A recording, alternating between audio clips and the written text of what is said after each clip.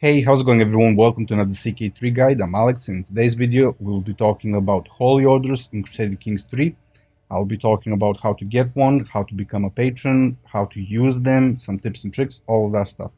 So in CK3, when you go to war with a hostile faith, or even a holy war, you get to use a holy order if there are some that are created either by other rulers or if you created one and became a patron yourself. The difference is that when you create one and you become a patron, you can get them for free if they're not already hired by some other ruler. And even if they are hired, you can still pay some piety and get control of them because you are their patron and you should have priority. Now, holy orders, they start off small and then over time they reinforce, they grow in size, they get different kinds of units, commanders, they have their own succession, all of that stuff. They have a headquarters and the patron, how many holdings they have, all that stuff. So they can expand with other rulers, and sometimes the patron, not the patron, the holy order grandmaster will come to you and ask you if you want to give them additional land. Typically, it's like a city that they ask for, like a republic one. As you can see, all of that stuff gives you a little bit of gold and levies, so I always give it to them if they ask me. And they also pay. Sometimes they give like 250, 350 gold, something like that. Then they expand over time, and I'm not sure how often that happens, maybe once every 10, 15, 20 years, but it does happen. And they might contact all the rulers and expand as well. So I would say always give them what they ask for and let them expand.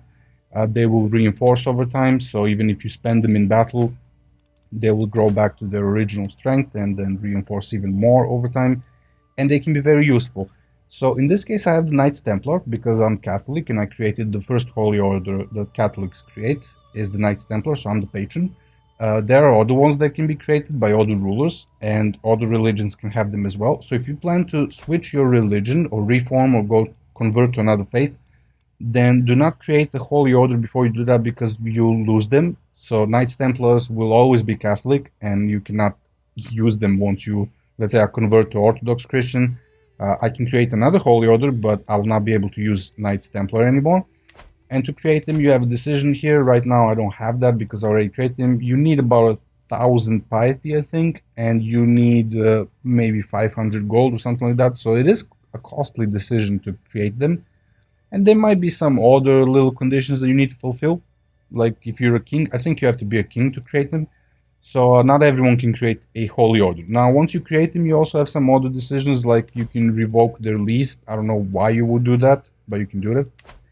You can borrow gold from them if you need a lot of gold real quick, and then you kind of have to pay them back, or they start making demands, and you cannot borrow more gold until you pay them back. So you have some flexibility with them. You can cooperate with them. Now I'm gonna start a holy war and show you how to use them. So let's zoom in here, and I don't know if there's anything else important. You use them like any other army.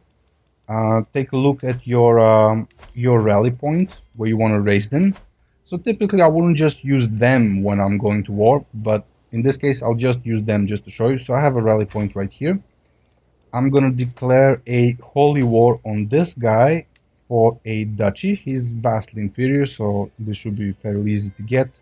All of these lands that he holds, he has some vassals. I'm gonna take control of all of that.